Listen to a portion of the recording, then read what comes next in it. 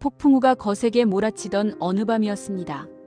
멍든 얼굴의 여자가 겁에 질린 아이를 꼭 끌어안고 구석에서 덜덜 떨고 있었습니다.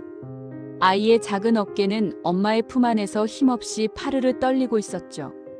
아이는 낮은 목소리로 속삭였습니다.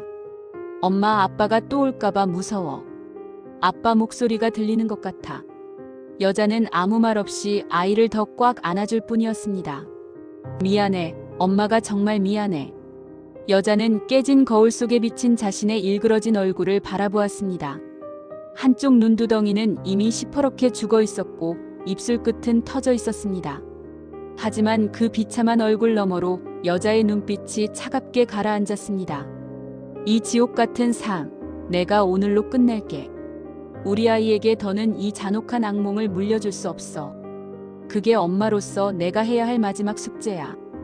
인생에서 가장 따뜻해야 할 집이라는 공간이 누군가에게는 숨조차 쉬기 힘든 전쟁터가 되기도 합니다. 오늘 이야기는 사랑이라는 이름 뒤에 숨겨진 추악한 폭력의 현실, 그리고 그 속에서 소중한 것을 지키기 위해 스스로의 삶을 되찾기로 결심한 한 엄마의 용기 있는 기록입니다.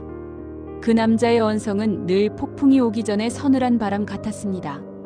아내는 남편의 발소리만 들어도 본능적으로 몸을 움츠렸지만 그날의 광기는 도저히 피할 수 없었습니다. 퇴근하고 돌아온 남편은 식탁 위에 차려진 반찬을 보더니 미친 듯이 소리를 지르기 시작했습니다. 이게 뭐야? 어제 먹었던 반찬이 왜 또 나와? 내가 밖에서 고생하고 들어오는데 이런 쓰레기를 먹으라고 내놓은 거야? 너 내가 우습지? 내 말이 우스워 보여서 이러는 거지. 남편은 식탁 위에 놓인 무거운 사기 그릇을 그대로 집어던졌습니다. 날카로운 파편이 아내의 이마를 정확히 강타했고 선홍색 피가 흰 식탁보 위로 뚝뚝 떨어졌습니다. 비명이 터져나왔지만 남편은 눈 하나 깜빡하지 않았습니다. 응급실에서 머리에 두꺼운 붕대를 감고 돌아온 아내에게 남편이 내뱉은 첫 마디는 사과가 아닌 가스라이팅이었습니다. 겨우 그까짓 걸로 응급실까지 가냐?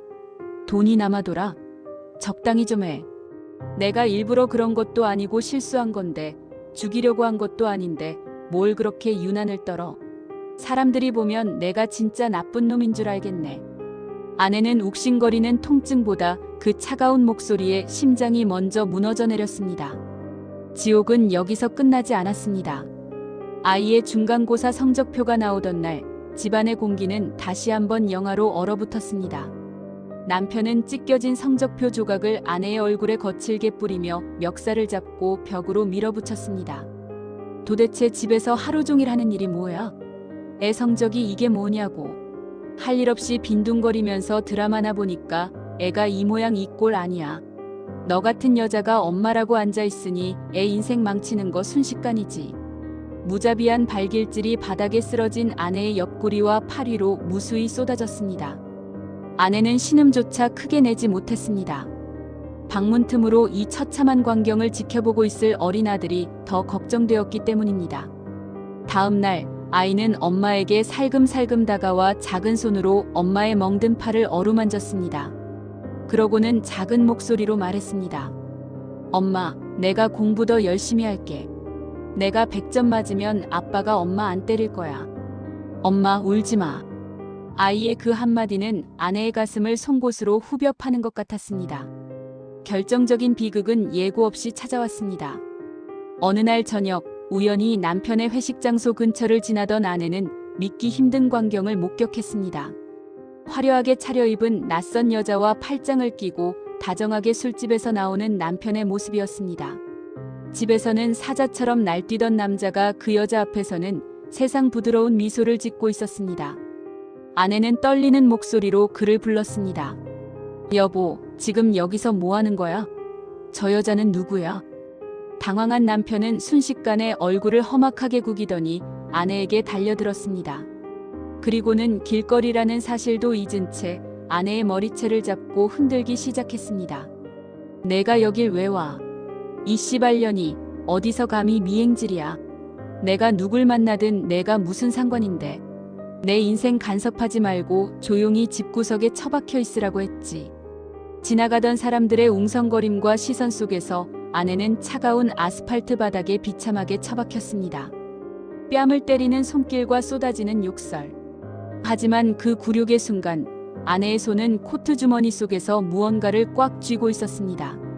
미리 켜둔 핸드폰의 녹음 버튼과 카메라. 주머니 속 핸드폰은 남편의 추악한 폭언과 무차별적인 폭행 소리를 고스란히 기록하고 있었습니다. 아내는 더 이상 주저하지 않았습니다. 다음 날 아침 남편이 잠든 사이 아내는 멍든 얼굴을 숨기지 않은 채 변호사를 찾아갔습니다. 그동안 차곡차곡 모아온 것들을 가방에서 하나씩 꺼내놓았습니다. 머리에 박힌 파편 때문에 받은 병원 진단서, 아이가 공포에 떨며 그린 무서운 아빠의 그림, 그리고 길거리에서 녹음된 그 짐승 같은 목소리까지. 변호사는 서류를 검토하더니 나지막한 목소리로 말했습니다. 충분합니다. 아니, 차고 넘칩니다. 그동안 얼마나 힘드셨습니까? 이제 걱정하지 마세요. 저희가 당신과 아이를 위해 끝까지 싸우겠습니다. 아내는 곧장 집으로 돌아가 아이의 짐을 챙겼습니다. 그리고 그 지옥 같던 집의 현관문을 열고 밖으로 나왔습니다.